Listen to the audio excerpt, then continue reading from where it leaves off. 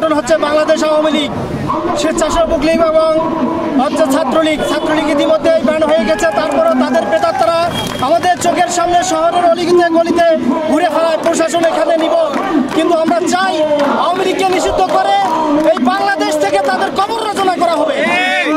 আওয়ামী লীগের আমরা এই জায়গায় এই বাংলার স্বাধীনতা সার্বভৌমত্ব রক্ষার দাবিতে যে সংগ্রাম, আমাদের জুলাইয়ের কোনো অভ্যুত্থান, এখানে আমরা আওয়ামী সরকারের কোনো বেতার অবস্থান বাংলাদেশে রাখবো না। সর্বপ্রথম কর্মসূচি হওয়া উচিত ছিল আওয়ামী লীগকে নিষিদ্ধ করে, কিন্তু আমরা দেখতে পাচ্ছি প্রায় 10 মাস পেরিয়ে গেল, কিন্তু আওয়ামী লীগ নিষিদ্ধের কোনো দৃশ্যমান কোনো কর্মসূচি আমরা দেখতে পাচ্ছি না। ইভেন আওয়ামী লীগকে পুনর্বাসনের চেষ্টা করা হচ্ছে।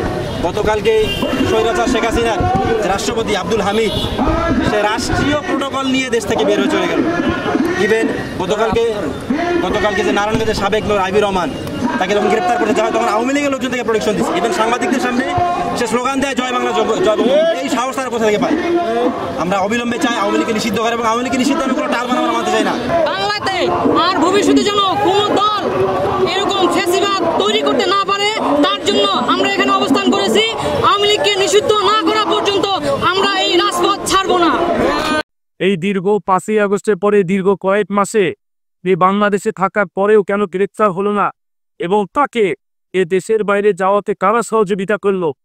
আমরা স্পষ্ট ভাষায় বলে দিতে চাই, 5ই আগস্টের সৃষ্টি হয়েছে শত শত শহীদের রক্তের বিনিময়ে, আমাদের শত শত ভাইদের রক্তের বিনিময়ে। কিন্তু আমরা এই স্বাধীন বাংলাদেশ রকমভাবে আবার এই বাংলাদেশ বেশ, তো আমাদের স্পষ্ট যে কাহানি সেটি হচ্ছে অতি শীঘ্রই আওয়ামী লীগকে নিষিদ্ধ করতে হবে, এবং বাংলাদেশে খুনি হাসিনার যে সকল দোষের এখনো পান্তব্যে তাদেরকে দ্রুত গ্রেপ্তার করতে হবে।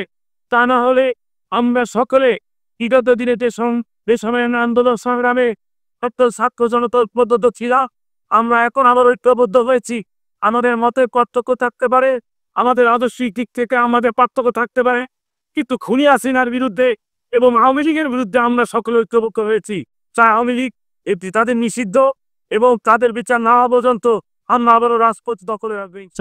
আমরা আজকের এই কর্মসূচি থেকে এই রংপুরের মাটি থেকে আবু সাঈদের স্থান থেকে আমরা জানিয়ে দিতে চাই মাননীয় প্রধান উপদেষ্টা ডক্টর মোহাম্মদ ইউনূসকে আওয়ামী লীগকে নিষিদ্ধ করতে হবে।